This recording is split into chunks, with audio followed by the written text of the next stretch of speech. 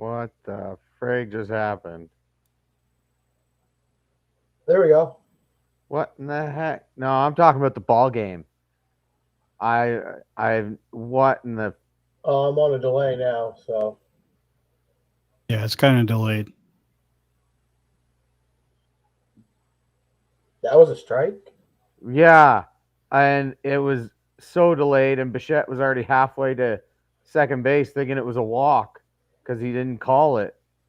Oh, 'Cause it that's just wasn't a brutal. strike. Oh, that's Yeah. stupid. ABS will take care of that next year, Calvin. Yeah, thank goodness. Getting flipped Good all job, around Mac. here. You're doing Sorry. well, man. It's good now. Heck, I'm getting motion sick. I It's know. all right, bud. You're First going show as far back. as It's all it's right. gonna Don't worry about take it. What a great way to enter the show there, buddy. Should I go back the other way? I don't know. Are we live? Yeah. Yo, Oh, you're all right. live, We can all right. see your eyes. Everybody saw you did that. So Catastrophe out of the gate. That's okay. Yeah. It's okay, chat. everybody. He's like 60 years old. He doesn't know anything about technology. Yeah, I didn't get instructions on how to do this. Old man Macintosh. Can I get rid of that? Okay. Where can I pull up chat? Where's the I Chat's don't know. on the right. I see a chat right? on the right. Yeah. But I don't see. Oh, there we go. Hello, You guys see it? Macintosh. Okay, now we definitely don't need okay. chat. then. Whoa. At least your pants on Whoa, there. we go down there. Whoa. Now we're really gonna get canceled Podcast. from Let's YouTube. go. Yeah, what a podcast. Turkey, Ripping my run, you sack. little chubby man. That's bright, huh? It's a bright light in the background. Sorry about that. Well, that should have been a There it run, is. but what the There it frick? is. We test this. We test this. Oh, look at that. There you go. Beautiful. Okay. All right. Look at that. Ladies and gentlemen, how we doing? Max finally settled. We're good. Tired. That was exhausting.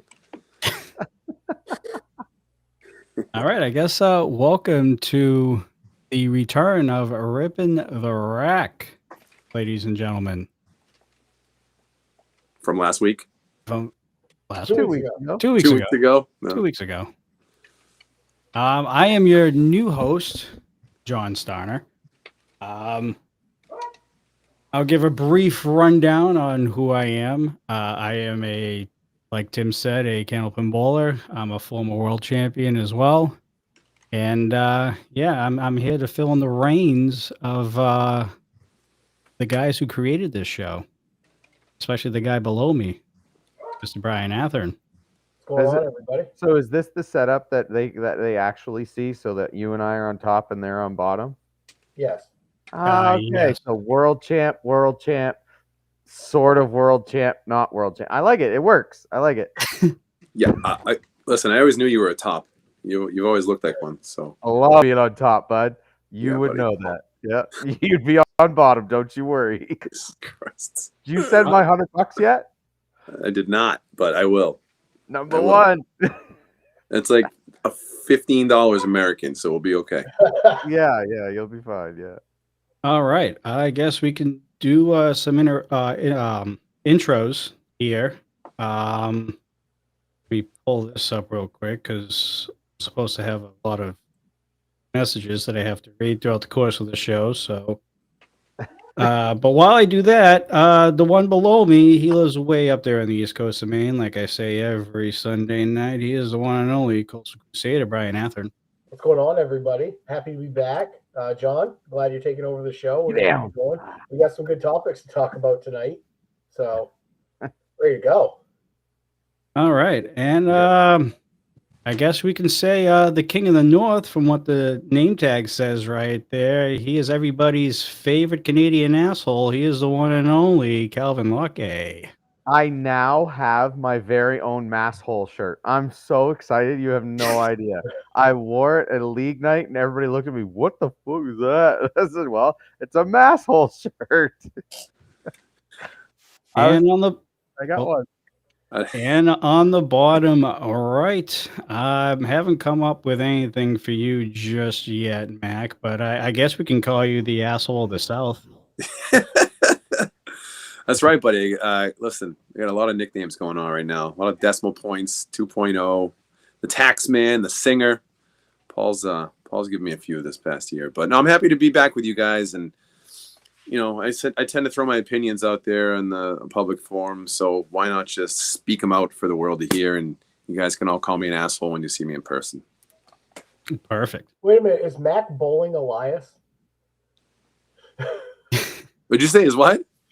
There's a wrestler who plays the guitar on his way to the ring. It's You're Bowling Elias. Hello, my name is Mac. Me in a wrestling ring, buddy. I'd get smushed. That would be maybe. for sure. And you wouldn't be able to move very fast, so it'd be just something. Buddy, I am you have no idea how quick I am. He's all a right? cat.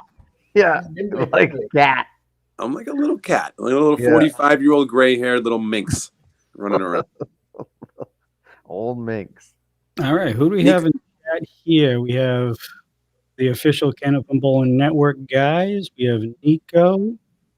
We have Wayne Petty. We have Brian Surprise. Oh, look, we have Hunter Dillon. Guy tunes in on Sundays. Yeah, we got the classics. He's a long-time follower of Ripping the Rack. All right. The way this show is going to go, at least for tonight, we're just kind of free-flowing tonight because it's our first show back, and I still don't really have a complete format on how this show is going to be. It's going to be probably roughly the same with a couple twists, I think. Ideally, I want to try and add some video clips into this show as well. I noticed that I have a spot specifically for video clips. So maybe starting the next show in a couple weeks, because this show's still going to be bi-weekly, we can have Nico or somebody send me clips for the last 2 weeks or something like that, and we can put them in the show, and that'll probably be like our end of show, kind of winding down everything until we sign off for the night. Obviously, this show is probably going to be very transparent. Everybody's allowed to have their opinions on this show. I know the guy on the bottom right does that quite a bit, and especially the guy on the top left for sure. So we're going to be proudly voicing our opinions and having good discussions about the game of Candlepin Bowling, and we're going to keep it like that. Hell yeah. That's Listen, in my opinions, there's a lot of them, but they come from a good place. They come from a place of trying to always further this game. Yeah, I'm never going to throw something out there just to throw shade at somebody because I don't like them, maybe. But for the most part, you know what I mean? I'm going to back up what I have to say, and I hope you argue, and I hope other people have different opinions because that's the beauty of it. I don't expect everyone to all agree, and I think that's part of this whole thing is like let's get the discussions out there and let's hear it, because we're not going to advance things unless people communicate. So this is a good spot to do that, I think. It's one of the few kind of open forums that Candlepin Bowling has, is our bi-weekly show that we have a couple times a month to be able to voice those opinions and actually have constructive debate and criticism at times. And I think this game needs something like this show to be consistent in order to possibly help improve the game going forward. I think we can all agree that. Yeah, absolutely. Yes, that's why we started the show, was to further the game. So that's what we're going to. I think you and Tim just wanted to talk. I think that's why you did it. Listen, we know who, and I love Tim to death, but we know who did the majority of the talking on those early episodes. Yeah, that's for sure. Well, you're going to be heavily involved, I promise, sir. Oh, I like that. I'm heavy anyway, so right up my The involved part is all we need to worry about, is whether he's there. Exactly. Yeah, he's got the heavy down pat. All right. Some reason my messenger is not working for whatever reason. Chaos. Johnny, I was going to throw this idea out there. I was just throwing around ideas of things like once you started talking about having clips, got my mind going, and I loved it. And I'm involved with helping to teach kids, and I've had adults say, hey, can you sit with me and give lessons on mechanics, because I just feel like, I'm sure you guys are the same. We've been around this game for a long time. We know mechanics. We've seen a thousand different deliveries of the bowling ball over the years. So one idea was to have is that if people wanted to maybe send some clips in of themselves and maybe something that they're struggling with or they think they're doing wrong, we can kind of just maybe if you're good with the getting the videos up, we could show certain things going on with the delivery. We could talk about what people might be doing, and I'm sure there's people out there that have the same type of issue, whether it's dropping the ball or throwing the ball out too far, whatever it is. We could break it down and go through mechanics. We're not spending half an hour on it, but maybe like a 5 or a 10-minute bit on different people's deliveries and just trying to help people out in general, right? Since we're not going to be on the lanes teaching. Yeah, no, I agree. Coaching corner. What's that? Coaching corner. Coaching corner. Coaching corner, right? That's not bad. I also like it if I don't know. I mean, I'm sure eventually we'll probably see them, but also if maybe even Nico before he posts them, he sends them to us, and then we do the podcast, and we could play like, how did he play this shot, or how does this shot go? So you could just if somebody's got a weird shot, you'd be like, okay, and then we could discuss it, and we could talk about oh, I think he should play it here because if he plays it here, the wood goes here, and then that also is helpful because people could look at it and go, oh, that's not where I would have played it, and then I'm sure a few of them would probably be fluked, but for the most part, if you hit it nice, it'll go and stuff like that. So that's another good idea too. If we have the access to that. I love that. Love that idea. So this software that I have, I can actually throw them in ahead of time. So once we get the show rolling, they're already going to be in there. And once we get to that time where we want to do something like that, they're already going to be loaded in, ready to go. And I can just click and it'll show, and then we can kind of analyze from there. There's also, I had an idea, and it came from our Sunday show, Brian. If we ever have like a slow couple weeks where there's not a lot to talk about, mainly in like the summertime or something like that, I was thinking about doing some sort, instead of yapping about stuff, to try and just start conversations and stuff like that. If there's no news or nothing to talk about those couple weeks, we can do almost kind of like a throwback episode, or I can pull up like a Channel 5 match from like 1980 something, throw it on the stream, and then we all can just commentate while watching the match from 1985 or something like that. Yeah, like the Manning brothers thing. That's they do. What I was thinking earlier too. Like Yeah. if there's like a big match on a Monday when we're doing the show, maybe that episode we live comment on the match. Yeah. That would be fun. Yeah. Like the Manning. I have the ability to do that as well. So I mean, we can really kind of stretch more broad on what this show can really turn into as well.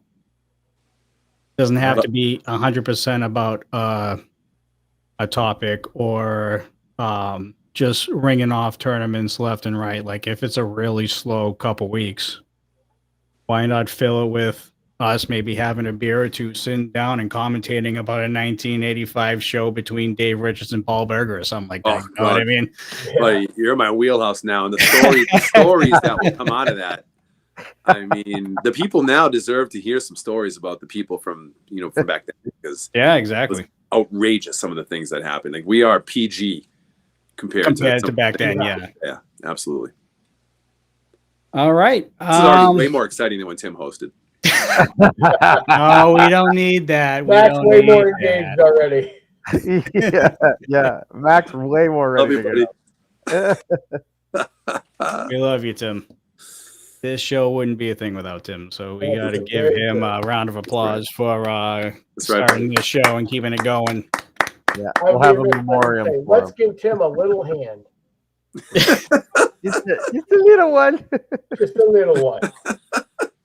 All right. Well, I guess we can kind of breeze through some results over the last 3 weeks, technically, because there was a lot that happened. We'll start with Calvin real quick. Is there anything up in Canada that happened?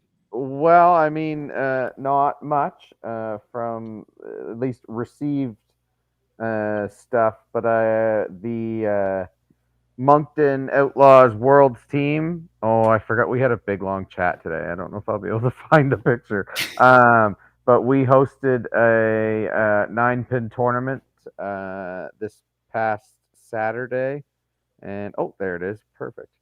And the winner was Eric McGuigan and Dylan Obey. They finished with a 9-string total of 2807.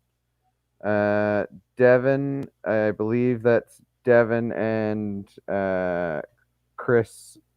Oh goodness, last names are escaping me as I'm sitting here. Chris Ryder and the Devin that's trying to be American Devin. They finished 2795. Aaron Roach and Travis Wallace finished 2760. Lynn Ward and Kevin Gratton 2727. Norm and Chris, I don't know which Norm and Chris that was, 2705. Bruce and Robbie Hopper was 2704, so close there, 1 pin difference. And in a 9-pin tournament, that could have been any pin. So like it's pretty crazy there. Ashley Frizzell and Robbie Estabrooks 2694. Mel and Mark 2669, and Doug and John finished 9th at 2640. So good day all around. Why no, only we ended 9 up. strings, Calvin? What? Sorry. Why only 9? Because it's a 9-pin tournament. Right, but you can still both 10 strings. No, it's a 9-pin tournament. Everything 9. 9, 9, 9, Okay. 9, 9. Yeah.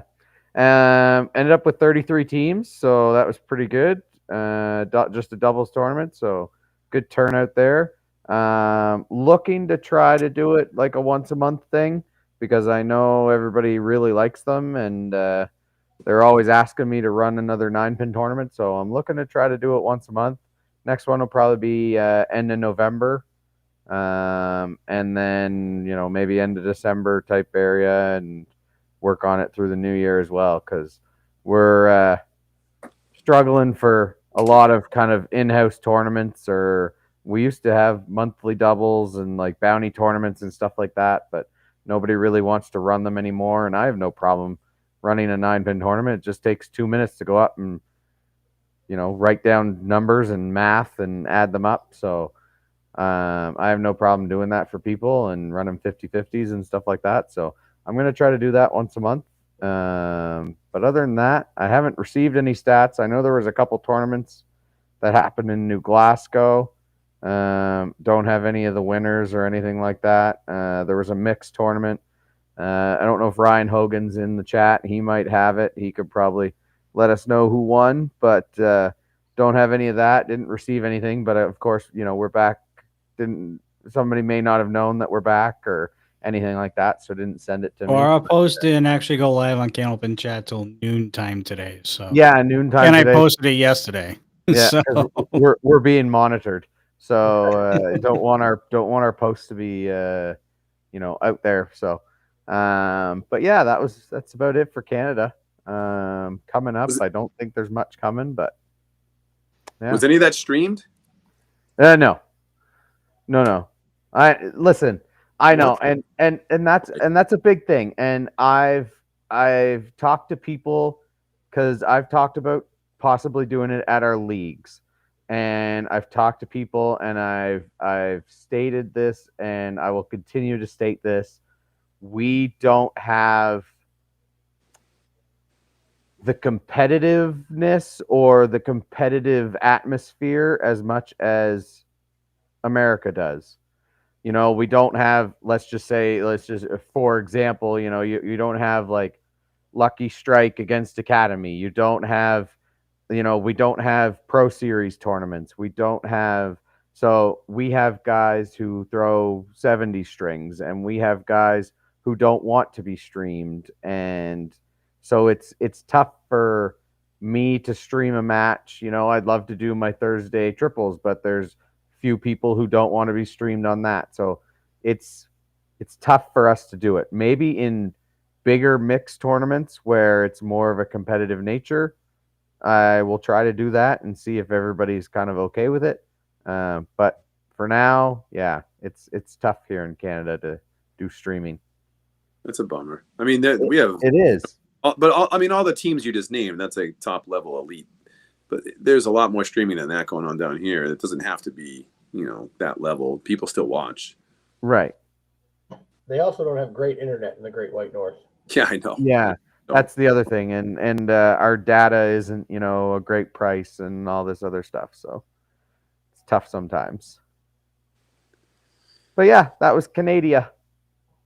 Go Jays! Go Jays. Go Jays. I'm rooting They're for the down Jays one this year. nothing right now, but Yeah. go Jays. All right. Wayne had a question real quick before we continue on. I know Paul's going to be on my butt about this Saturday. Are you thinking of having guests on occasion? Yes. If we Of get a course. message from somebody that wants to be on the show, then more than welcome to. Yeah, and that's Maybe the if other we thing. watch We a don't. match, if there's somebody that is around that was in that match, we could have them on while we watch the match. Sure. And you guys don't. All you have to do is ask. We're not picky. We're not. If you want to come on the show and talk about a topic you want to bring up or you want to discuss with us, by all means. Yeah, I mean, just write in or wherever. Just say why the big things you want to talk about, and give us a little time to think about some of those topics as well, so we can kind of join along with you. But yeah, we'd love to have guests, right? Bring anybody on. Absolutely. It's easy enough. As long as you don't mind getting roasted. Yeah. I mean, that's part of it. You have to agree to get your balls busted. Yeah, exactly. Otherwise, you're up. You have to sign the disclaimer. Oh, by the way, we didn't even do the Yeah, disclaimer. The end of the show. that usually. Oh, that's end of the usually show? End of the Okay. show is the Okay. disclaimer. Okay. New guy. Fucking All new right. guy. Let me get this done. Let me get this part done because this one's going to be a long-winded one a little bit. Paul, I know you sent me 3. We're only going to do the first one because it's this Saturday. The other 2 are not till 2026. So we'll do the other 2 next time. This Saturday is the Big 20. Any doubles 90% handicap of 130. Top 5 live in Scarborough, Maine. Let's see here. First match will be 4 seed Lane Britton and John Winchell going against the 5 seed Jerry Lapierre and Scott Valerie Jr. I probably butchered that name. I'm very bad with names. Get used to it. Tim Winner of wasn't that much will better, face- so don't worry about it. Winner will face 3 seed Cody Burnell and Cameron Green. Winner of that match faces 2 seed Tiffany Gonthier and Jason Gonthier Sr. And then the winner faces the number 1 seed Adil Ladid What? and Sean Dorian. So I probably butchered a couple of those names. My apologies. I suck at names. And that is this Sunday in Scarborough, Maine at Big 20. And start time is at 11 a.m. Boom. There you go. Damn. Exciting. Let's give a shout out to our ICVA winners this year of 2025. Madison Riva and Aaron Fontaine. If I can pull that up, if I can find it. What hasn't he won this year? Recently? Yeah, I mean, he's done pretty well for himself this year. That's for sure. Yeah. We'll see next week if he wins something else. Because added to an already stacked team. Is that the one that he's missing right now? Yeah. What? Wonder if like 2 or 3 that he still needs. I mean, do we count the knockout as part of a big win? Singles? Yeah, No, I second. can't do it, so we don't count it. You finished second, what, 2 years in a row? 2 years in a row, bud. Going Might for as the well make it 3, trifecta. dog. Might as well make it 3. Yeah. It is your home house. I think we definitely should give a shout out to McIntosh's daughter Molly.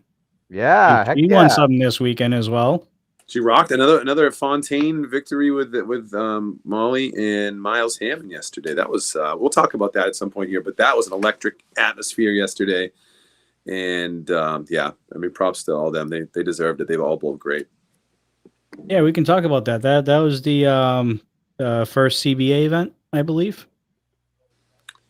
Yeah, that was the first Candlepin Bowlers Association sponsored event. The whole board was there. It's at Academy. It was just from the second you walked in, you could just feel that the kids were excited to have a tournament.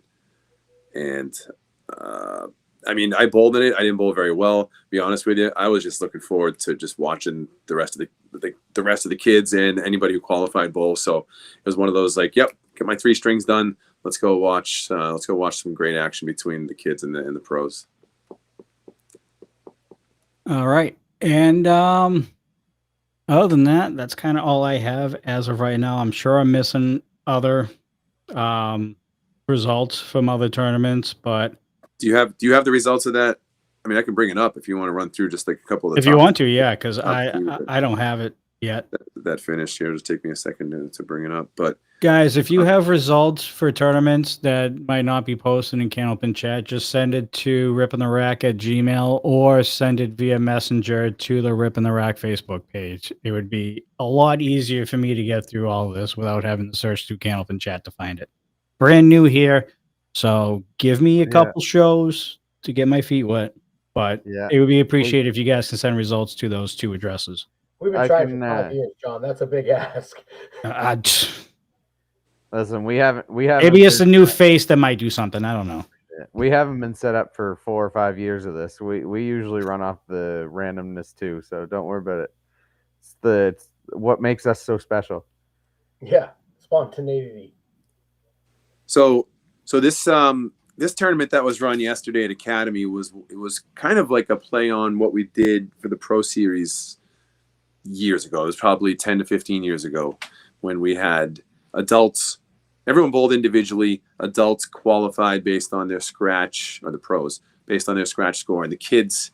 I don't remember back then if it was scratch or if it was handicap based, but this particular tournament was handicapped for the kids. I think it was 80 or 90% to 120.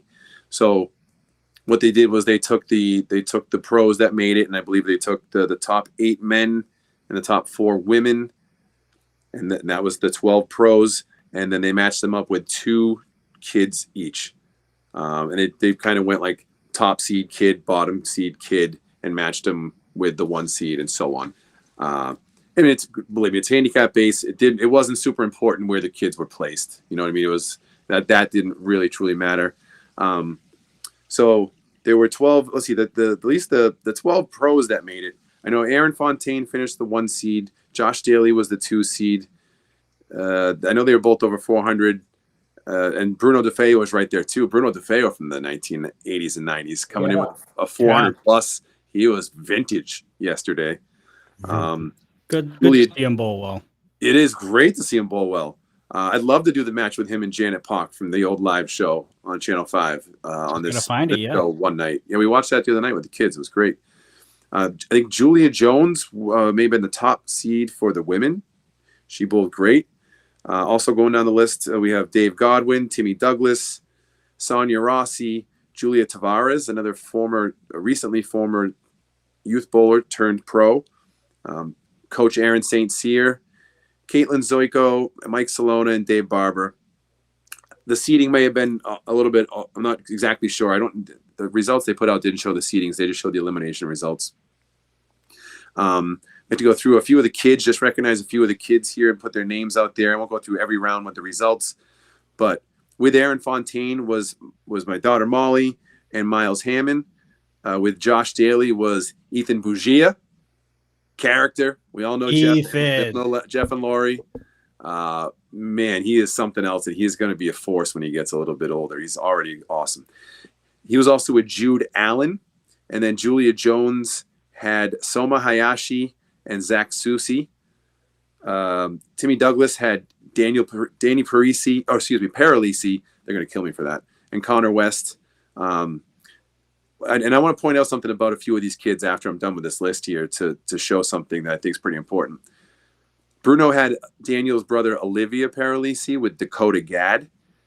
Dave Godwin had another Bugia, Alex Bugia and Daniel Quintal. Sonia Rossi was teamed up with Bailey Jakes and Christian Thurber. Julia Tavares was with Emily Belukis and Tyler Ruggiero. And then Aaron St. Cyr was with Tatum Jalbert, Tim's daughter, and Mason Merrill Connerty, little character. Caitlin Zoiko was teamed up with Raylan Morse and Frankie Vigliotta. It's Alicia Callie and Sal's son. He's fantastic. Mike Salona was with LJ Murray and Jake Poulin. you probably know the Poulin name. The whole family, they can all bowl. All the grandkids. I got Steve on my team this year. Next you week. got Steve on your team. Dave's a great bowler, so that's definitely in the genes there. And then Dave Barber was with Devin Brandano, who's Josh Daly's brother, and this was awesome. Dave was matched up with his son Owen, and that's just random draw. That was totally by chance. So I got to see that. That was cool. Those moments are memorable. These tournaments need to happen more. I agree. They're not going to remember the scores. They're not going to remember the strings necessarily, but they're going to remember that he bowled with his dad, and Dave's going to always remember that. So, anyways, some great bowling. It came down to the 1 and 2 seed. Actually, Josh Daly and Aaron Fontaine, they were the 1 and 2 seed in qualifying, and their teams ended up in the finals, and it was a good match. And Aaron's team came out on top by about 30 pins. So, all in all, overall, awesome event. Can't thank the board from the CBA enough for doing that. I know they put up some bonds. Several of the kids received savings bonds. Several received gift cards. There were prizes all over the place. And thought what was awesome was that the attitudes from the pros, everyone checked their ego at the door. And the focus was the kids. And it didn't matter if you bowled good or bad. Everybody was screaming for the kids. And that's when I say the atmosphere was just so awesome, because it was loud. Like the building was shaking at times. So we need more of that. This is a great start. And I'm just pumped that it happened and looking forward to the next one. Nice. Very nice. I know we just had the Can-Ams this weekend. So I was there, and congratulations to Jeff Lapierre and Sage Johnson. They were the winners over Mark Weber and Christy Hapworth. So congratulations also to Mark and Christy. They had a good run. I believe if they only lost one string all weekend, they may have gone undefeated. I can't remember.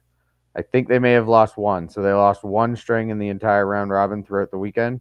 They both bowled great. They both helped each other. Mark was averaging 125 until the last 3 strings or 4 strings, and they still end up winning, if not all 4 of them, 3 out of 4 of them.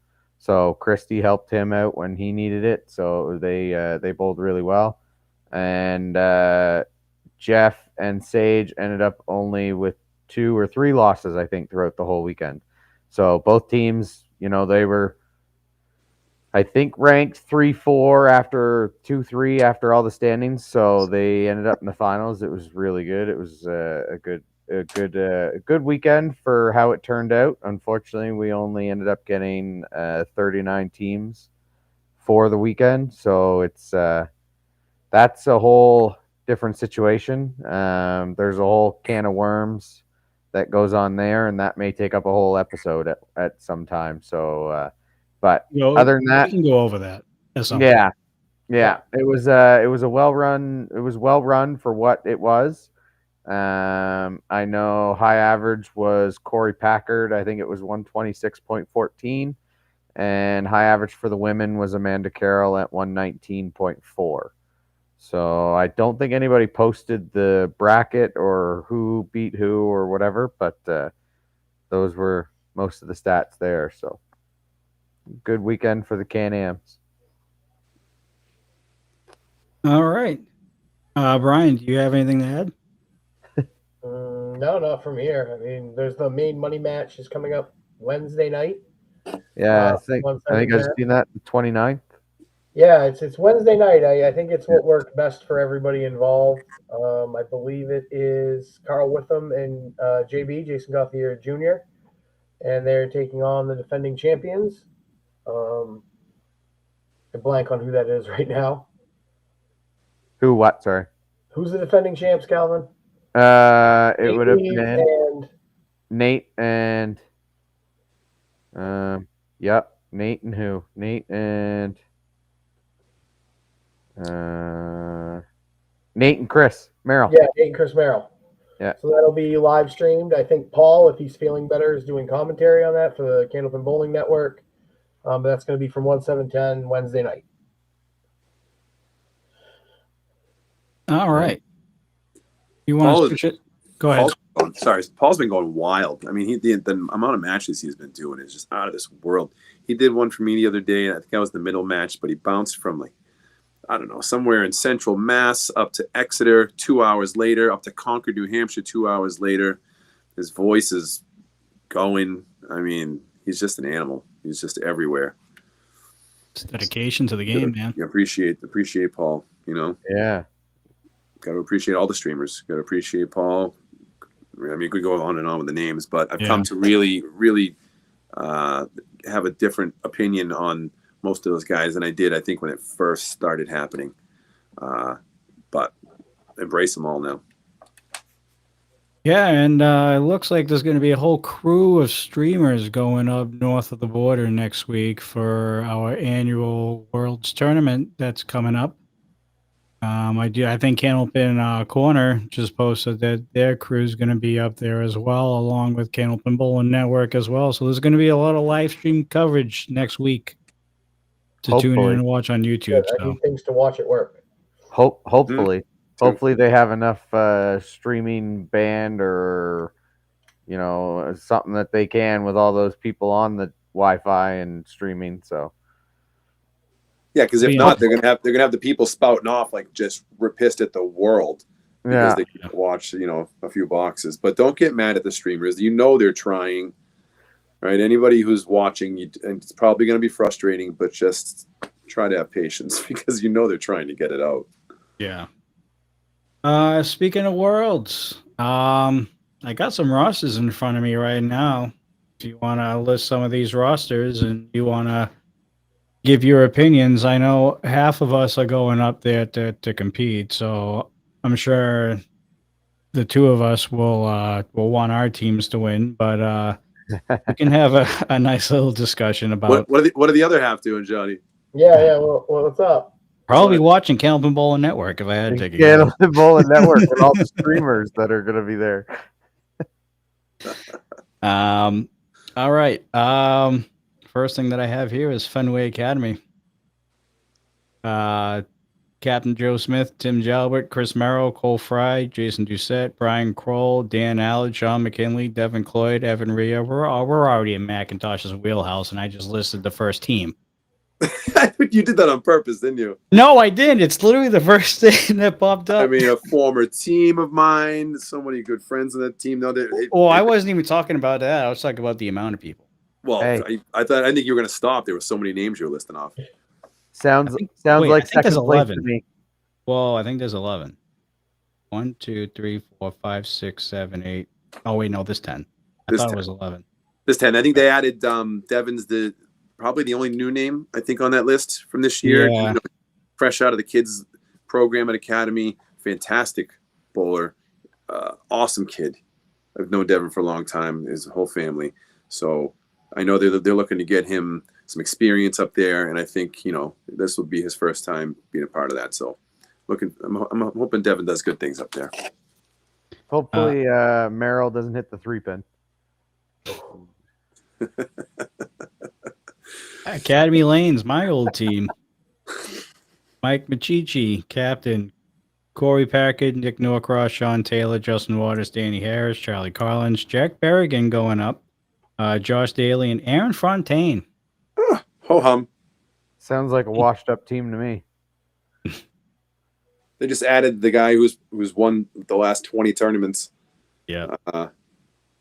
Yeah. I mean, they listen. They may struggle and have they're not going to struggle. They're going to do good. They're going to be there at the end. I will be shocked if they're not at least in the finals. Hoagie, you can send that to either the Rip in the Rack Facebook page, or you can actually probably DM me. Or any one of us. Or any one of you of the guys here.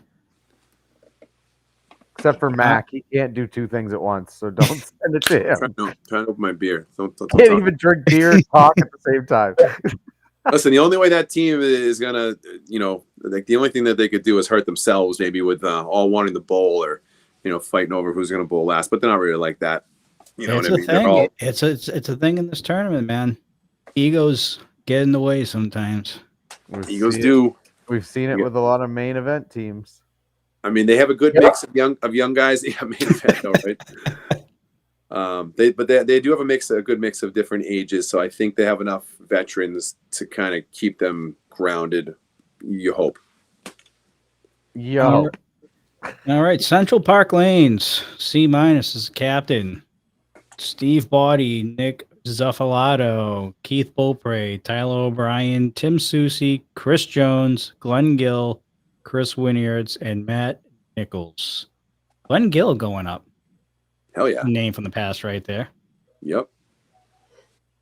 Those guys will compete. And you know what? That's a team that I would look at as having chemistry as much as any team. I think they're all pretty close with each other and they know how to feed off each other. So they can use that to their advantage. That's such like it's like having a six bowler on the lane with you. Let's see. Team USA, co-captains Kevin Pagenton and Jeff Walsh. You have Sean Sears, Corey Lacey, Al Kessick, Josh Rio, Justin Lyonnaise, Mika Imparto, if I'm saying that right. That's Micah Imperato. Imperato, okay. And Brian Surprise. That's Team surprise! USA. You think he jumps out of a cake? He's ready to go jump he's out in the with a chat. bowling He's in ball. the chat. Let's see. Hold on, before you go on, right? I mean, if you guys have any comments, maybe let's just discuss them real quick. There's only how many teams we have? 24. Yeah, but we that's a definitely great. we don't have 24 rosters. That's No, we don't sure. have 24 rosters, but No. they're all worth discussing, right? I mean, you can base it on the last couple of years and how they've done. They had a great year last year. They have again a lot of chemistry, great bowlers. They lost Fontaine, so it's going to be a tough.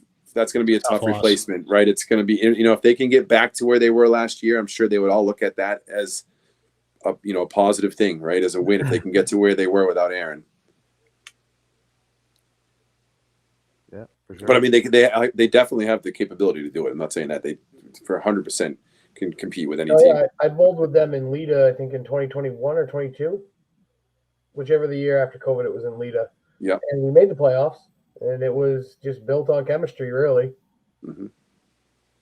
Yep, been a staple in that tournament for a long time.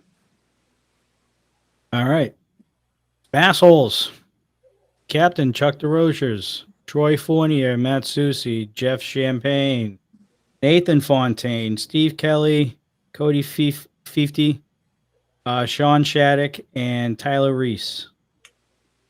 And possibly me, depending on how my team does. Because I got the shirt now, so I can just join in. Any thoughts about this team?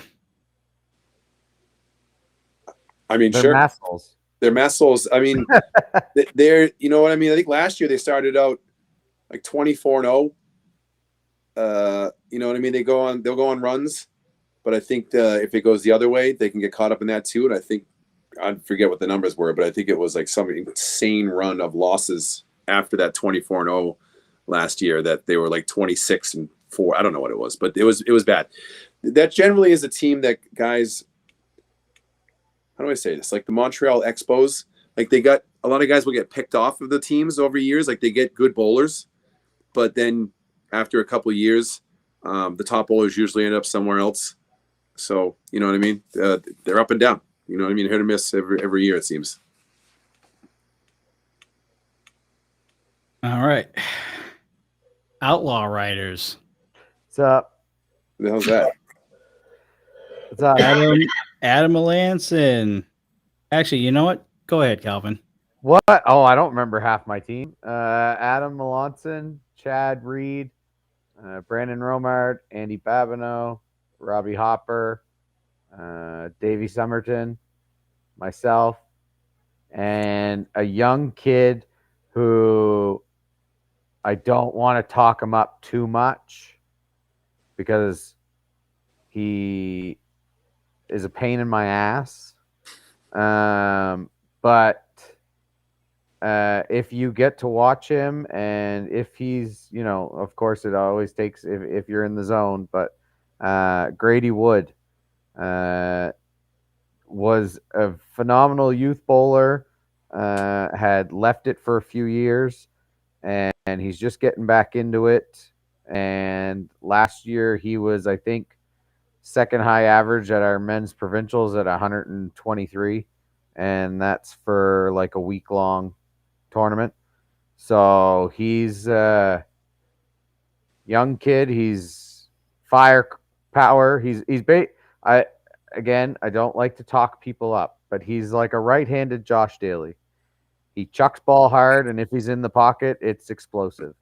So I'm excited to see what he does under a little bit of pressure and in the world's stage. But yeah, we picked him up this year, and he's going to be a good addition to our team. So I'm excited. Is he of the infamous Wood family? The Jamie, Clan. the Justin, the Tommy.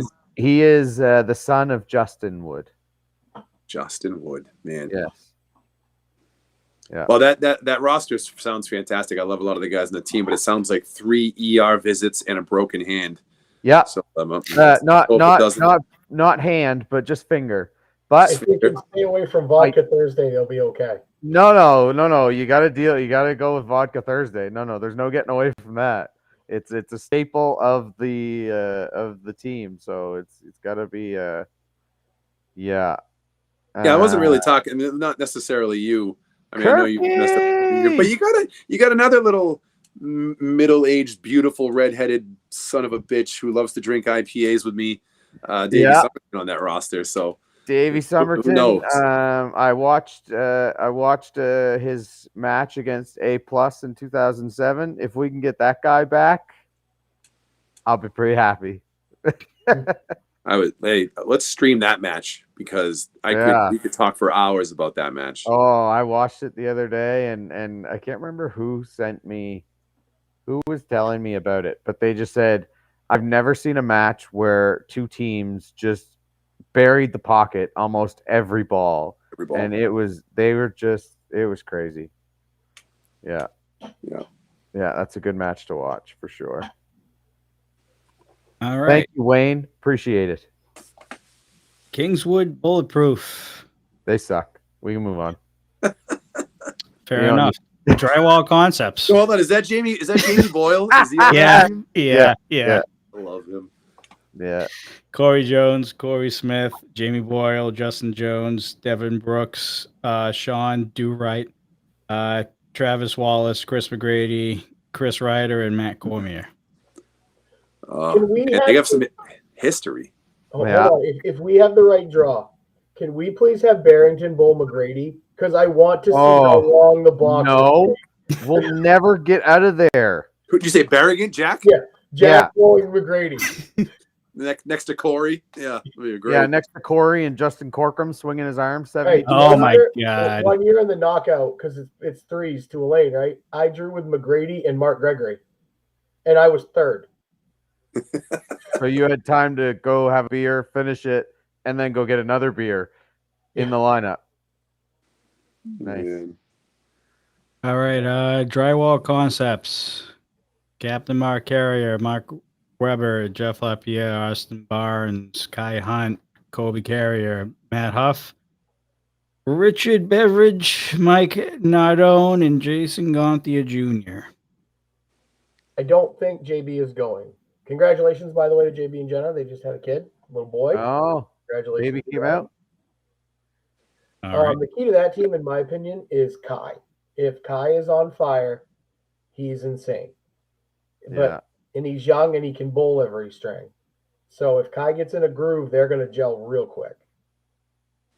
Beast. Kai's unbelievable.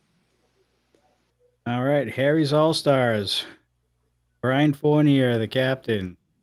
Mike Erickson, Dominic Palladino, James Humes, Matt Rich, Dan Esdale, Jake Cook, Rob Linehan, Dennis Green, and Chris Parkinson. A lot of Millis guys in that list. Tons of Millis guys. No, again, chemistry. They all know each other. They've been bowling together for a long time. A lot of good attitudes in that team. So Team Millis. They're not going to throw pins away either. They'll pick everything they can. So it's one of those where it's like you got to make your 9s and 10s. You're not going. And trust me, Fair Lanes is a 9s and 10s bowling alley. You want it. People keep thinking it's 2013. It's not 2013. That place is brutal right now. Great. Yeah, So Are the much fun. gutters- I are they run the still past flat? couple times I went down there. yeah. The gutters they are were still banked. flat. Yes. Okay, Yeah. that works. Able/Evolve Realty. Mike Brown, Captain. Glenn Murphy, Ryan Cox, Sean Bumgardner, Billy Gillis, Lucas Nickerson, Garrett Martin, Sterling Russell, Trites, Paul Yeadon, and Darren Martin. Those guys have been playoff contenders for several years now, right? They've been in the playoffs, I think, for a while. They're going to be there again. Billy, I think you said Billy Gillis, but it's Billy Gillis. Yeah. I suck at names, remember? There's a couple, Calvin. There might be one or two new names on that list, but I think most of them have been on that roster for a couple of years, right? I didn't really hear the full list. Sorry, the dog's going crazy. Oh, I know that Sean Bumgardner's bowled in that tournament for years. Bumgarner's bowled before. He can't get across to the border, so he usually only bowls with them in Canada. And Billy as well. Billy bowled with them in Canada. He couldn't, not that he couldn't get across the border, but he couldn't get the time off to go over to the States last year, so he didn't bowl with them last year, but he bowled with them in 2023. That was the team. They got to the semifinals against Fenway. So they'll be just as competitive this time as well, and especially with everybody having a little bit more experience, and so Mikey Brown is a great anchor for them too. He is clutch when he needs to be. Yeah, he can be clutch when he needs to be, so yeah, he'll be good. Bumgarner would be a fun guest because Thunderclap. We might need to put the like the TVMA rating on there, but he's got some stories from the world years that blow your mind. Yeah, just I'm blow your sure. mind. He freaking bought a boombox one day during the week. I'm pretty Just sure had he's that pretty thing sure on he's, his shoulder and just walking up and down the bowling alley, hammered out of his mind, playing rap or whatever the hell it was. yeah, I'm pretty sure he stole a car one year. He did, yeah. He likes to tell that story, so it's not. I'm not telling you anything that he's hiding. Yeah, that might have something to do with that border issue. Yeah, We only got a couple more. Yeah. Hatch and Men, Captain Rich Lamone, Steve Latch, Sean McDonald, Peter Pereira still on the roster, Brian Purdy, Dimitri Dellis, John Alosa, Mark Gallagher, and Logan Gindris. that is a roster of guys from all over the place. Yeah, everywhere. As Far down as Florida. Very good bowlers, and especially Dimitri. Man, is he coming on? Yeah. What's he? He's like young 20s. And I had seen the other brothers, and they're all good. They're all very good bowlers, but Dimitri seemed to win that Better Brothers tournament and then just take off from there. He's been awesome on Fridays. Everything he's been bowling. And Tim Montero posted the dream team of Lucky Strike. Oh, good Lord. We don't need to go through that. We're not going to go over that roster. It's Lucky Strike. It's the usual. Yeah. I'm assuming maybe one extra. Hoagie just sent me Avon Valley. Sam Duguay, Matt Pickram, Brett Adams, Chris Courier, Joe Markey, Trevor Gates, Doug Holloway Jr., and Ryan Hogan. And I just got a message from somebody that Purdy is out and Aaron Hannibal is in, so I don't remember. Hannibal. Monkey. Yep. Oh, yeah. So how many Canadian teams are there now? 10. I think it's 10 and 14. 10 and 14, huh? And we do know that there. Well, I mean, I'd love to get the waiting list for the captain. Here we go. I just love to get it listed. The only point I'm going to make here is that there are Canadian teams waiting on the list. There are Canadian captains waiting on the list.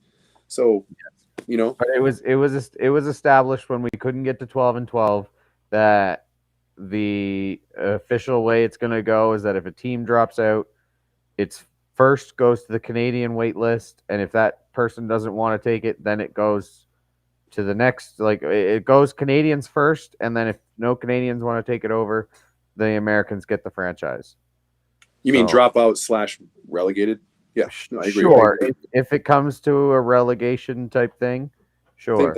Yeah. Okay, but, that's good. No, I agree with that. I mean, I agree with that as long as we're going to keep the border limitation on the tournament. You know, that conversation for a different day. But no, I think as long as there's enough Canadians that want to bowl, let's get the teams back to even. Yeah, for sure. Get some of the teams that we probably could all predict would be relegated out of the U.S. side. Yeah, for sure. There's plenty of teams. There are a couple other teams. New England Flooring, they're coming back. I know Hodges' team's coming back. My team, Grapham Flooring. I think it's me, Scotty, Lapierre, Jeff Bugia, JJ Turigny, Steve Poulin, PJ. PJ Mishu? Yeah. Chris Kaz. What did you just call him? Did you call him Mishu? Yeah. Yeah. You may John, you may want to mention the sponsor of the team actually. I'm getting there. Okay. Grapham, yeah. All right. I was almost there. For a name from the gods. I was almost there. Southall. Brian Southall. Nice. Picked it out of the air. God came down and gave him the name. Hey, Southall's gonna be ready. He didn't want to bowl an ECST match in the last 2 weeks before the World, so he's really saving that shoulder up. Yeah, it better be ready. Wayne had a question. Wayne, so how the format? He wants to know how the format of the singles works. I can tell you string by string because I've been there a lot and unfortunately can't finish it. Oh, nice brag. But so how it works is that everybody everybody shows up at 9:00. You practice because you don't know which shift you're bowling. It's not like the Pro Series where you can request a certain time to bowl. And usually it's popsicle sticks. And you go in and you draw what lane and what number you're bowling and when and what time. So then the first shift goes up and bowls their 5 strings. The next shift goes up and bowls their 5 strings, and then the top 32 qualifiers from both sessions will make it to the roll-offs, and then just like any normal knockout round, it's 32, 16, 8, 4, 2, and the winner. And yes, 9 a.m. it was confirmed because a post on Candlepin chat had noon, I think it was. So confirmed 9 a.m. start. So I would assume they'll turn the lanes on at 8:30 or 8:20, even earlier probably, because you got to go out and do your draw and get ready by 9:00. So I'd probably say be there 8:15, 8:20 to get started, to get warmed up and be ready to go if you plan on bowling the singles. It's open to everybody because I know a lot of people in my leagues and stuff were asking if they could bowl it. It is open to everybody. As long as you have $100, you can bowl. So if you're thinking I can't make it for, if you're in Moncton or the surrounding Moncton area and you're not on a Worlds team, by all means you can come down and bowl the singles. And if you're sticking around for Tuesday, Wednesday, Thursday, Friday, come watch all the bowling. And you never know, maybe one of the Canadian teams will see you in the singles and they'll ask you if you're not on a team, and if they have a spot open, maybe you get on a team and you come and bowl a couple matches. You never know, anything could happen. So if you feel that you are wanting to come bowl the singles, $100, never know, anything can happen. So that's how kind of the singles works. Wayne, thanks for pointing out the popsicle stick part. I think that's a huge part of it. I know, I like it. Yeah. All right. Anything else on the Worlds in general? I don't think so. We could do a little predictions if we wanted, but Yeah, I mean, I think we should talk about these teams, and it's like, listen, you watch Around the Horn or any of the shows on ESPN that talk about sports teams and stuff. They talk about the teams that they're going to do well. And they talk about the teams they think are not going to do well and get stomped on. So I don't think it's any different with us. You know, we can talk about teams that we think might struggle, and hopefully those guys don't get too offended. But you know, it is what it is, and some teams are going to get curb stomped. So you know, there's no sense. We just talk about it. Tell me who you think is going to get beat up and who's going to do well. Yeah, unfortunately, that's sort of a little tough to do, only for the fact that we don't have all the rosters. You know, based on the rosters that we do know, for what we've talked about right now, I mean, you obviously cannot, like you said, I'd be shocked if Academy is not in the finals, let alone winning the thing back-to-back years. Like that team, you're 6, 7, 8 guys all can average 129, 130. So, you know, you got probably guys like Corey Packard coming off the bench, and he just had the high average at the Can-Ams for 126 for 16 strings. So, you know, that team, if they can just, you know, as most people say, check your ego at the door and just go in, and if your name's in the lineup, you're throwing balls down the lanes and helping your team out. That team's untouchable. You're not gonna beat them. Catch them on a bad time, you know. Again, anything happens. You never know in the finals or in the Friday night if they don't get the bye or something like that, where they're defeated that they didn't get the bye and then they come out tight. So, never know, anything could happen. But if I were a betting man, they would be the Dodgers. So, pretty much, yeah. The Dodgers are a good analogy. Yeah. So, and then, you know, a surprise team, you know, maybe somebody like Abel, who is, you know, not a surprise, but they're still kind of a team that nobody really looks at as the top tier.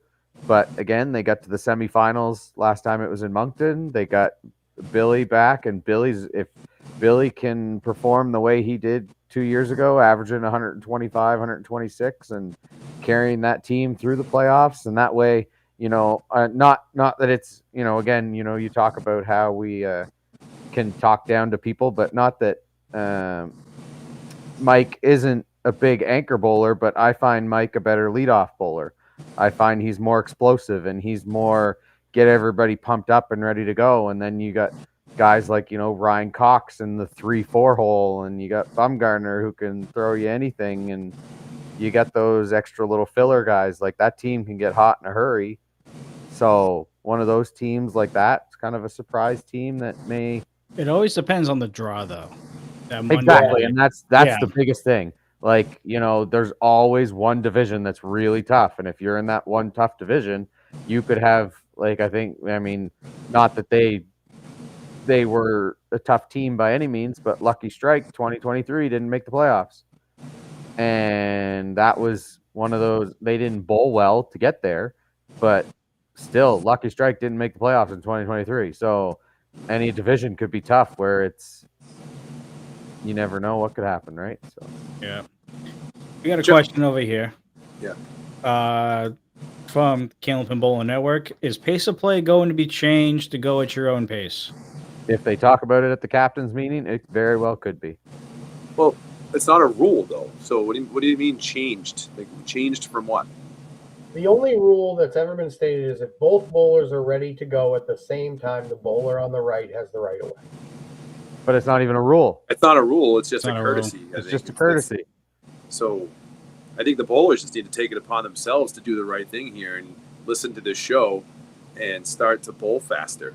Like, just get your shit together and get focused on when you're going to go and go. Yeah. Like, it starts with one, and it just keep going. Like, if you make it happen, it's going to move faster. I think the biggest thing this year. Go ahead, Calvin, and I'll. It's basically, and I saw it again this weekend at the Can-Ams. It's stop waiting for somebody who's waiting for somebody. Yeah. If the person beside you is waiting for somebody, you go ahead then, because that means it's your turn to bowl, and that person's waiting for them. Like, don't wait for them to wait for them to wait for them. You, like, go. Just go. It's your responsibility to learn the bowler next to you and learn how and when they're going to go, so you know you're not cutting them off and you're not being disrespectful, but you can go. And they prefer it if you go. Believe me, they don't want to be standing there with you waiting next to them just so they can go. It's just no, you got to go. You got to go. Yeah. Also, the whole waiting for everybody to be done to change over to the next match, that No, is that's a gotta go. huge one that makes people Yeah. not leave there till 8 or 9 o'clock at times. And I hope that doesn't freaking happen Yeah, this year. no, and that can be addressed, and I think it will be addressed. I know, actually, in fact, I know it will be addressed because I've talked to certain individuals about it, and some of the captains that are going to be in there, especially at fair lanes where it's an overhead, and all you have to do is get started. Once both teams are there, you're ready, get going. You don't have to wait, and I'm so tired. I don't understand, and I don't know who or where it came from that it was like, oh, everybody has to wait until everybody's done before you pick up your balls. Are Starting with you telling computer me scoring, that Cal. somebody pick up their balls is distracting and for 9 hours in the day you have people who are flailing their arms and walking into your lane, and like, are you telling me somebody picking up their balls is distracting to you? It's mind-boggling. I don't know where it came from or where it started, but it's just ridiculous. I agree with you, and it's just an excuse for somebody who misses a gimme to look over and be like, "Oh, thanks for grabbing your balls while I was trying to bowl." And you're like, "What, buddy?" You're like, you say, you're doing it for 9 hours. All right? Yeah. Tim McCarron. Oh no. Listen, you gave up your rights to listen to this podcast. You But Nico, it doesn't matter. Even if it doesn't matter, you shouldn't have to wait for it to pick up your balls. It doesn't matter to wait for everybody to be done to pick up your balls. If your match is done, pick up your balls and get ready to go to your next lane. You shouldn't be waiting for everybody to be done to go pick up your stuff and move. And you don't need the houses need to help with this. The houses that have automatic scoring need to help. Just provide score sheets. We've talked about this before. It's very simple to start your match and just put the first few boxes on paper. And then when your computer cycles and you can hit the enter button, which they don't even have at Moncton, so it's not for this tournament. Right. But any place that does, once you hit the enter button, you just put the scores in manually and move on. If it's automatic scoring, we might have a little different issue. But you can still do it then. You can still just go back and correct the scores manually after. Yeah. There's really no excuse for not moving on and just starting the next match in any format. And I will put this out there for, especially since we are at Fairlines, for all the scorekeepers. When you're done marking the score, put the cap on the pen because it's going to dry out the markers. Do not dry out the markers. Put the cap on the marker so that you keep using them. I hate it that people sit there and they're just waving it, and it's like it just dries out the marker, and then you can't use it. It's unusable. So put the cover on the marker after you're done using it. I mean, Wayne, yes. Is it possible to bowl too fast? Sure, you get out of a rhythm that you may be in, or you're moving your feet too fast, and people start bowling too fast. But to bowl at your own pace is not bowling fast. You should be able to. We should be able to have a consistent pace of play in this tournament. There's no reason for it. Any other issues that we want to bring up for the Worlds already? Go ahead, Mac. Well, I guess, I'm not sure how we're going to go on with the show, but I didn't know if you wanted to run through the teams real quick and just name the team, and we all give a thumbs up or thumbs down whether they're making the playoffs or not. If I knew all 24 teams. No, just the teams we have, and you could just base it on an average draw. You know what I mean? Okay. It's just one of those things. They're going to make the playoffs or not. We'll go with Academy first. Fenway Academy? Both. Do both. Yep. 2 thumbs up. Yeah. Avon Valley. Sorry, Sam. Or Gweno. No, it's just Sam. Oh, it's just Sam. Gweno's on a different team this year. They've I hope they split up. Yeah, they split up. I hope they bowl each other. Yeah, that'd be funny. Hatchet Men.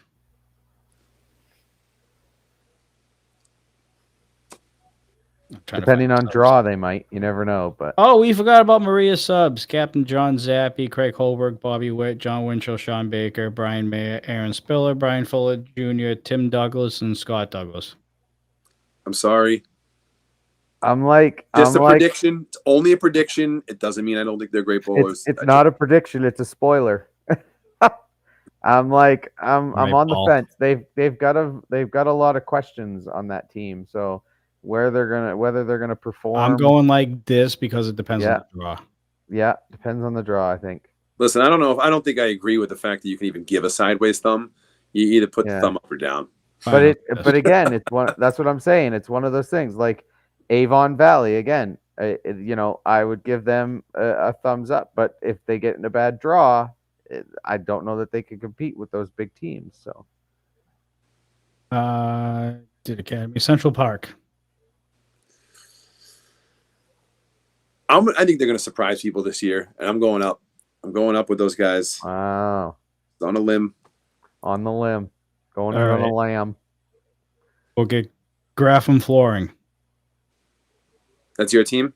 Yeah. Sorry. Yeah. Yay. We're shocking the world, baby. Well, you know, it's like sometimes it's like historically I need to see that they've done it. You know, a team has done it before I'm going to automatically give the thumbs up. But yeah. Oh, I know a team that's in. I don't know their roster, but Oakland Park Lanes. I got to go that too. Team USA.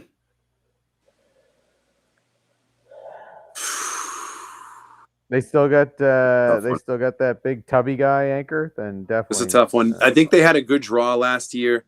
But they ran with it. They did everything they should have done. But I'm going to say this year, unfortunately. Assholes.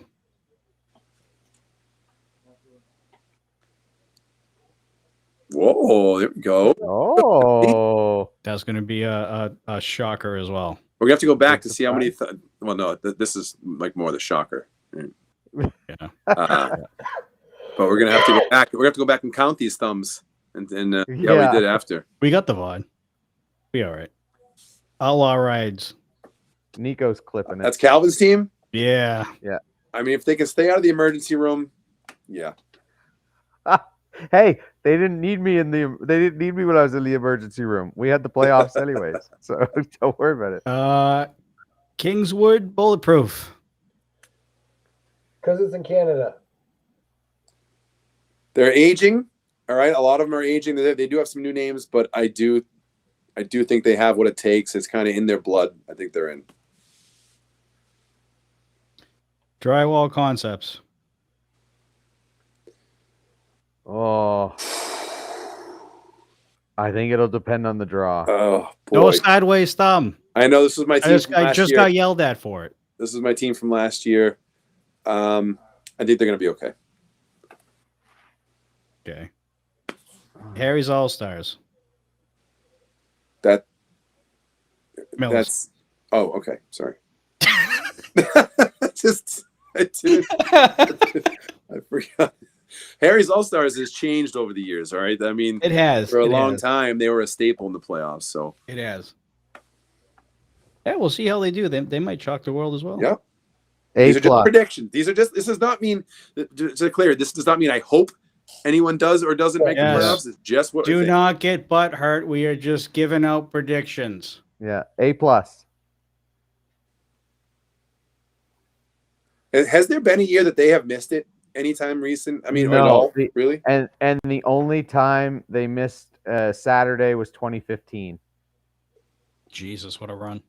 So there hasn't been a year, I believe, at least from the words of Matt Harnett, the only year they've missed Saturday was 2015. Didn't they come from the 5th seed a couple times, though? Like, they almost missed the playoffs? Yeah, I think they have snuck in, but, yeah. You know. There's another wild stat that Baker's never missed a Saturday bowling in that tournament. Baker's never missed Saturday? That's incorrect. We beat them Friday night in 2023.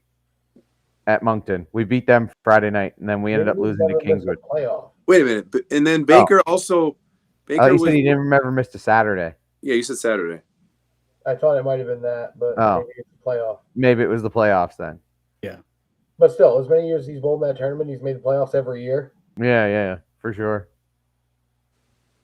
I mean, I believe it. I mean, it's Baker. You know, like he can single-handedly carry a team to the playoffs sometimes. And he usually does. Yeah. And then he's usually exhausted on the weekends. But yeah, no, I know. Yeah. Abel. Oh, again. I said it, but like they're used. I'm just gonna go no because I feel like there's only so many spots. I think I'm with Mac on this one. They've been there. Like they're at least a coin flip, if not better, to make it. But they're always between 5th and 7th consistently. New England Flooring. Just to name a few: Dave Hodge, Peter Crawford, Mark Ritchie. Those guys. I don't know. They are my guys. They are my guys. I'm gonna go this way this time, though. Unfortunately, is that a limp hand? Are you? Yeah. Is that like a Boudreaux handshake? The 2 fingers, 2 or 3 fingers. Just the limp like thing. Did we do Hatcheman already? Yeah. Yeah, he did Hatchman. But speaking of Boudreaux, about Lucky Strike. Is he going to be there? No, I believe. No, he's not. He's not going to go. I just associated him with Lucky Strike all the time. Yeah, but I thought he got the week off. I thought that was it. Was saw him Friday night. He was in the middle of bowling 436. Told me that he was not going to be up there. Okay. Lucky Strike with Tim Matero. Hey, I think a lot of those guys are bowling really good right now. Jeff is back as good as ever right now. I know. Chris is healthy. He found a chiropractor, cracked his neck a few times. They're also a couple ER visits away from possibly not making it, but I do think that they're in it and they could win it. Godwin's bowling well. He had a 420 something on Friday, so yeah, they'll be in it for sure. They'll be in the hunt. Yeah, I don't think they'll repeat 2023. That's for sure. And we'll definitely do some reviews on Friday nights real quick. That's only like a 5-minute thing, just run by points and stuff like that. Hey, quick update in the game. Did you see that Toronto took a 4-2 lead at one point? Yeah, you didn't see me cheer when Kirky hit the 3-run bomb? No, I didn't see it. Yeah. He had to, or he's going to get thrown out of right field. Yeah. That is it for rosters and predictions that I have. I know there's a few more teams, but I don't have them. So. High single for the week. 175. It's probably pretty close. I'm going 187. I was going 182. 169. I think it'll be bigger than 160. Someone had to honor Tim with the 69. Very good. High average. Who's it gonna be? 127. And who? Aaron Fontaine. Ooh, that's a good. I don't know if he gets enough strings. You think he goes enough on that team? What do you need? 75%? 27, I think. 27. 27. You need 27 strings? I think so. I think it's only sit 6 games. 20. It's 27 or 25, 26, something between that range. I'll go Baker at 27. Baker at 27. Nice. I remember when Baker was 27. 126 in the King of the North. Oh, damn. Ooh. Man, that's a lot of pressure. 128, and he's big and dumpy, and I want to smack him in the face a few times, but big dumpy Daly. Big dumpy Daly. Yeah. High series. Yeah. 455. It's a good number. 441. It's a good number. I'll go somewhere between, like 448. So I'll go 459. I have no idea who's going to do it. It could be like Devin Brooks. It could be anybody. Yeah, it could be anybody. Yeah, just like the single, it could be anybody. Right. Because I mean, this weekend, Freshie got the high single at the Can-Ams. Freshie, he sucks. I love how you're like, it could be anybody. For example, Freshie this weekend. Freshie sucks, and he had 160 something. By the way, Tim said 469. Yeah, of course he did. Nice. Nice. Nice. We're getting close to wrapping up this show. Thank goodness, because it's almost 11 o'clock here. Mac, did you want to touch up on what we were talking about earlier? I mean, I'll tease it. We're not going to get into it now. We don't have time to do it. But for the next episode, there's been a lot of stuff on the forum lately, and mostly going back to the kids tournament about what's going on with the Portsmouth and the ICBA youth tournament that's been going on since the early 90s. And it's really the staple for the kids programs. One of the biggest events that they all look forward to. I know I did. Tons of guys that have come up have. That was the big event. Scholarships on the line. There's been a little bit of outrage as to why it's not happening this year, and I do have some intel, some really close intel as to what happened, and I would love to dive into it. So maybe if we want to make that a big part of the next show, we'd really get into it, because I think there's going to be some emotions involved and some opinions. But mostly, like, at this point, let's get the facts out there. Let's let people understand what happened, why it happened, and then what we can do to just move forward and make sure that there is a platform for the kids, because I think we all know we want to be having these predictions on people bowling 469s and 187s. If we don't fill our bowling alleys with youth talent, that's going to stop happening, and we're going to have 369s and 147s be the highs for some of these tournaments. So that's all. I just think, we'll talk about it, but super important stuff with the kids that need to be discussed.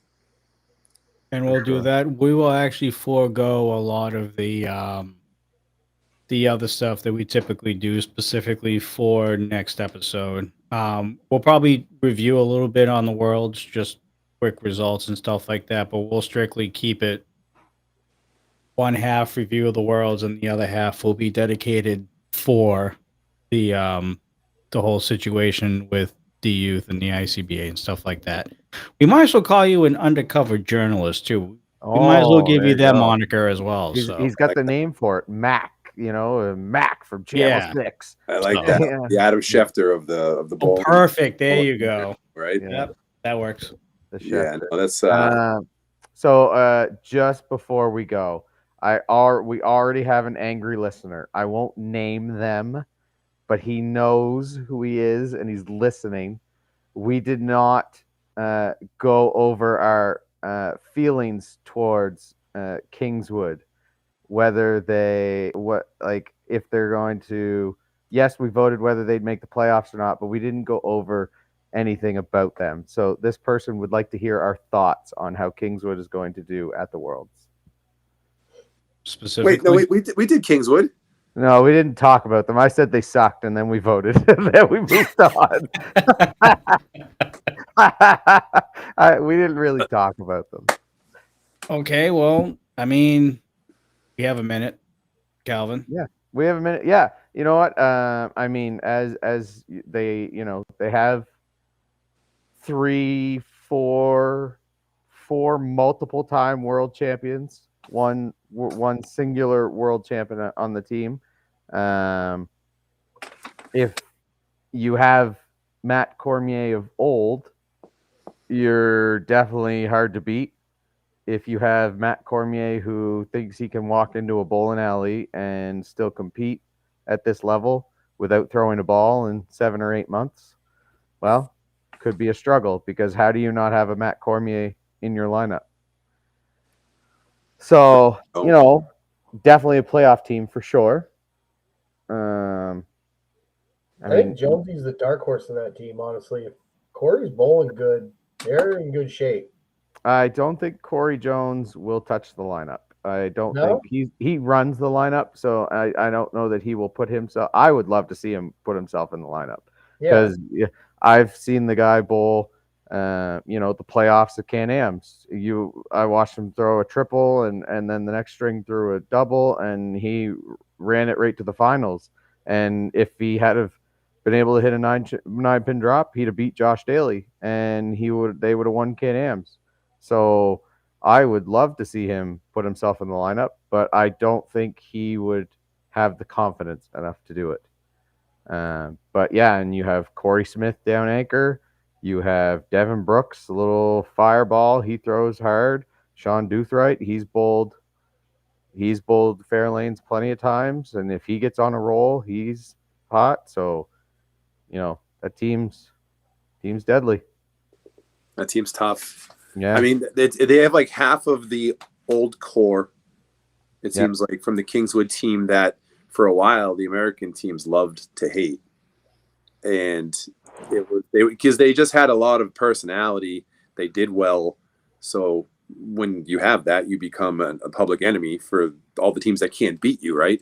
So I remember that team one year. They were up at that tournament, and Cormier was bowling anchor, and they were struggling in the beginning of the week. I forget what the hell team I was even on. I don't even think I was in the match. Fenway. But huh? You were on Fenway. That was the 2017 year. Was what this I'm pointing at right there? Yeah. Okay? Were you on that team? Of course.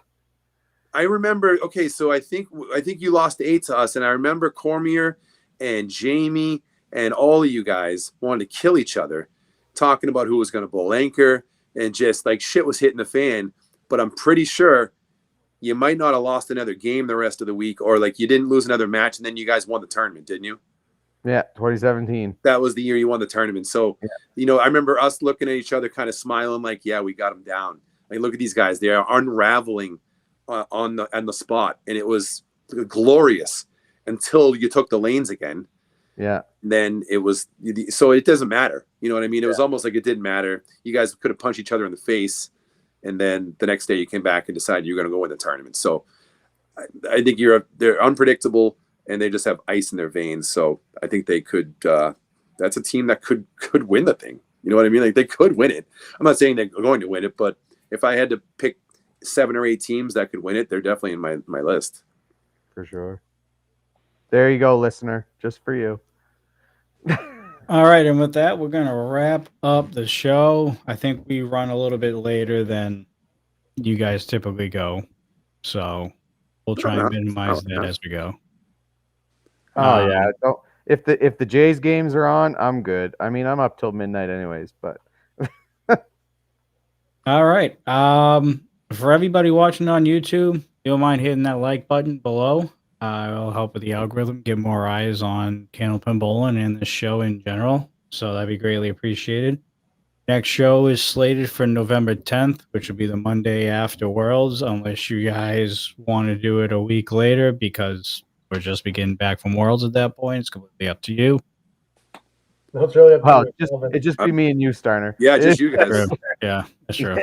just you guys. Yeah, I'm we around. We don't need to worry about that.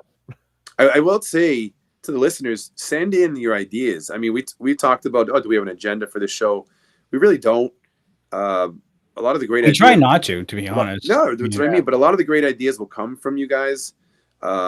Send in videos if you have questions on anything, because people will be happy to listen to anything but us four just sitting here talking to each other. So we want to go over clips, any ideas you guys have, just send them in.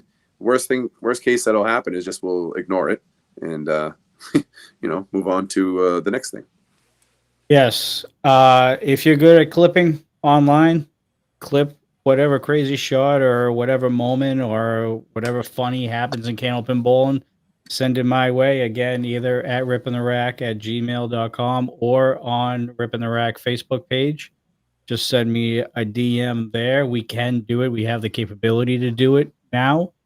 So guys like Nico, again, if you want to send clips throughout the next couple weeks, you're more than welcome to. Just send it my way, and we'll get a few of those loaded up for the next show, possibly.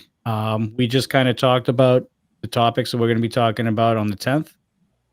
Fallout of the Worlds to see if anything changed with the Worlds. And obviously, Mac just kind of teased a little bit of a huge topic that's going around the Candlepin community now that apparently will be talked about on the 10th. So make sure you tune in for that. Other than that, I think that is all that I have for now. Again, send questions as always and topics, like what Max said.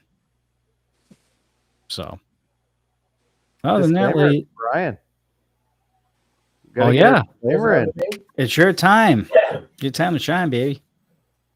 Everybody, welcome back to Ripping the Rack, our first show back after our short hiatus. The views and expressions of Ripping the Rack are now those of John Starner, Calvin Locke, Mike McIntosh, and myself. If you do not like those, please send us a well-worded email. And as Mac said, we're probably going to ignore it, but we'll read it first. So thank you so much for listening, and hit that like button, please. And we'll probably make fun of you, too, to be honest. Yeah, you'll make the pre-show banter. Yes. All right, so it's fun. Good first show. Happy we're doing this. Happy we're keeping it going. Glad Yeah. it went well. All right. Ladies Ladies sad and enough to gentlemen. get the Worlds next week, but Yeah. Sucker. yeah. I'll try to stream for you. Please. I will not. I know Adam probably will be because he's got his tripod. So Oh, he'll have it actually, set up in our lane. Uji, I think, is bringing his tripod. I think he's streaming as well. So I want to bet DraftKings on every match. Dude, DraftKings bowling would be awesome. Set it up. You got a week to get it set up. I'm sure people would start buying, and you get the odds set up. Do some futures. I mean, you guys do fantasy anyway. Who throws the first strike? Who has the first spare? Who throws the smart? You guys do fantasy for Friday nights anyway, so I'm sure it's not that far out of the realm. I'm so disappointed I never got invited to that, by the way. I know you just keep losing to me, Mac, but I still didn't get invited to do this fantasy Friday night league. The fantasy Friday night league? Yeah, well, I mean, my team's dominant, so you're better off sitting out this year. All right, Candlepin community. We appreciate you guys watching. We had some good viewership today. Hopefully we can continue to grow that and spread the word that Ripping the Rack is back and better than ever, baby. As always, for myself, John Steiner, the King of the North, Calvin Locke, Coastal Crusader, Brian Athern, and our newly crowned undercover journalist, Mike McIntosh over here. We will see you guys on November 10th for another episode of Ripping the Rack. As always, folks, stay safe, stay classy. See you on the next one. Take care, folks.